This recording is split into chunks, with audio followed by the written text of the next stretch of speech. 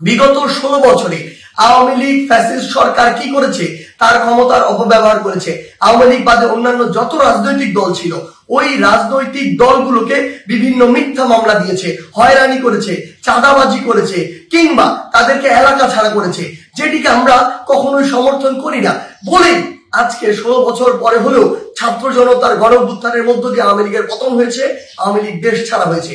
কিন্তু আজকে যদি এই গণ অভ্যুত্থানের পরেও আমরা দেখি অন্য কোনো একটি দল বা অন্য কোনো একটি দলের নেতা কর্মীরা ঠিক একই কাজটি করে, তাহলে আপনারা এই আওয়ামী লীগ থেকে কি শিক্ষা নিলেন? একটা জিনিস মনে রাখবেন, আমরা আসলে এই নির্যাতকের পরিবর্তন চাই না, আমরা এই নির্যাতনের যে সিস্টেমটি সেটির পরিবর্তন চাই। আমাদের জায়গা থেকে স্পষ্ট বার্তা, আপনাদের চোখের সামনে স্টিল জ্বলন্ত অনেকগুলো উদাহরণ রয়েছে, সেগুলো থেকে শিক্ষা নিন, না হলে জনগণ আপনাদেরকে আস্থা করে নিক্ষেপ করবে। আমরা যেন এটি না দেখি যে কাউকে আবারও মিথ্যা মামলার ওই চক্রটিতে যেতে হচ্ছে, কাউকে আবারও কোনো দোষ ছাড়া বিনা দোষে ঘর বাড়ি ছাড়া করা হচ্ছে, ঘর বাড়ি ভেঙে দেওয়া হচ্ছে, কিংবা তাদেরকে নির্যাতনের শিকার করা হচ্ছে, কিংবা আমরা শুনছি দেশের বিভিন্ন জায়গায় একটি চাঁদাবাজির নতুন চক্র গড়ে উঠছে। আমরা আপনাদেরকে স্পষ্ট করে বলতে চাই, আমরা আমাদের জায়গা থেকে বৈষম্য বিরোধী ছাত্র আন্দোলন এই সকল ক্ষমতার অপব্যবহারের বিপক্ষে, এবং আমরা এগুলোর বিপক্ষে সবসময় কথা বলে যাব। আপনাদের সহ আপনাদের যারা স্টেক হোল্ডার রয়েছে, যারা আপনাদেরকে এগুলো করার জন্য আসলে উৎসাহ দেয়, কিংবা আপনাদের ওই সমর্থক গোষ্ঠী যারা চুপ করে থাকে, তাদেরকে বলছি, জনগণ যদি একবার এই সকল সেন্টিমেন্টের বিরুদ্ধে দাঁড়িয়ে যায় তাহলে আপনাদের অস্তিত্ব সংকটে পড়বে।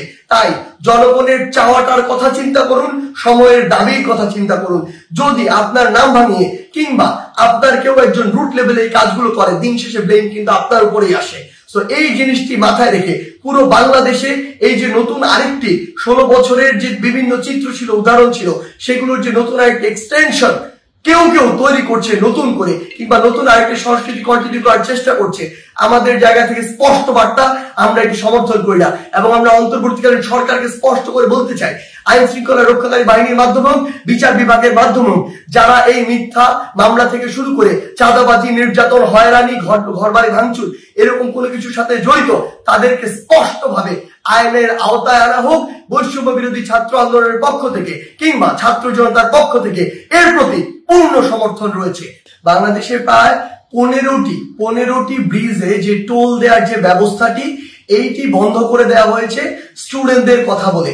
আমাদের জায়গা থেকে স্পষ্ট বার্তা, এটি রাষ্ট্রের একটি যে আয়, এই আয়ের একটি অংশ এই ব্রিজগুলোতে যে টোল দেওয়ার বিষয়টি। সো কেউ স্টুডেন্টদের কথা বলে হোক, বৈষম্য বিরোধী ছাত্র আন্দোলনের কথা বলে হোক, এই নামের অপব্যবহার করে কেউ বাংলাদেশের কোথাও ভুলে এই কাজ করবেন না।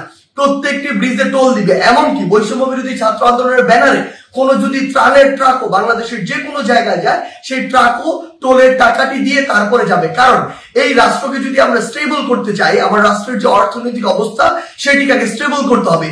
কিন্তু ক্ষমতার অপব্যবহার করার যে নোংরা সংস্কৃতি ছিল এত বছর ধরে, এখন আপনি যদি সামান্য কিছু একটি অস্থিতিশীল অবস্থা দেখে আবার সে ক্ষমতার অপব্যবহার করেন এবং আপনার কথা মতো কোন একটি জায়গায় ব্রিজে টোল দেওয়া বন্ধ করে দেন, কিংবা কোন একটি স্টিকার দেখে পার হয়ে যান, এটিকে আমরা কোনোদিনও সমর্থন করি না।